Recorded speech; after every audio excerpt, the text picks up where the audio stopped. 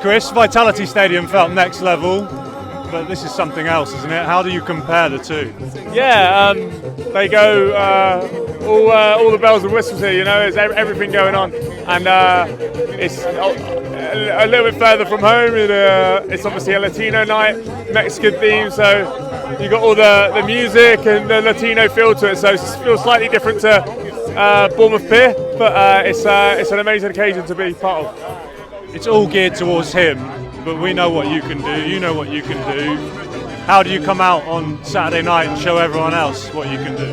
Yeah, it was like the Riyadh fight. It feels like that kind of feel to it in terms of it's all, you know, meant to be his night. It's all built around him, and I just got to go in there and be me. Like the pressure's off in that sense, but obviously, as always, I put an immense amount of pressure on myself, and then that's where I thrive.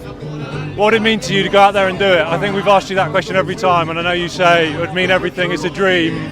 What if I challenged you to come up with something different in terms of a feeling on Saturday evening? Yeah, I mean, it's strange. It's be the first Brit to unify the cruiserweight division since David Hay, and that's a big name and a long journey. You know, from he did it on the night I had my first amateur fight, so that feels very.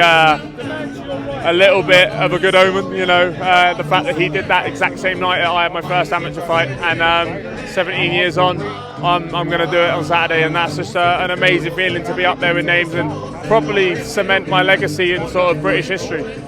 You just stood up there, stood next to him, looked him in the eyes. I know you've done that already, but any fresh feelings from that?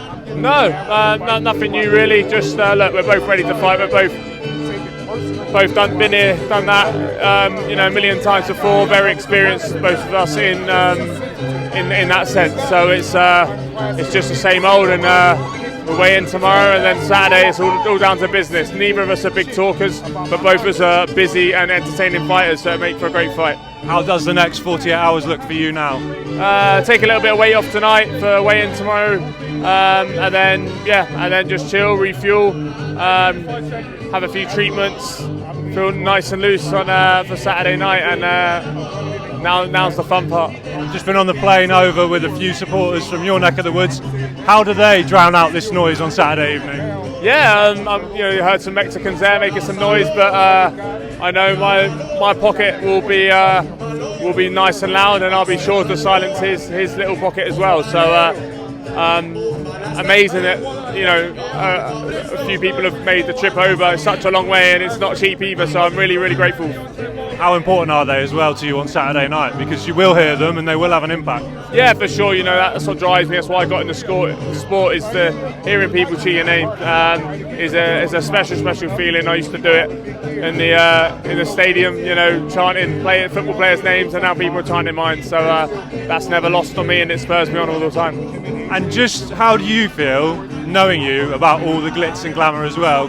If I take you back, I think, before the first big fight, and you arrived for your interview, I think, in Mia's auntie's Vauxhall Corsa, and now you're flying over business class and you've got all of this. You know me, I'm not glitz and glamour.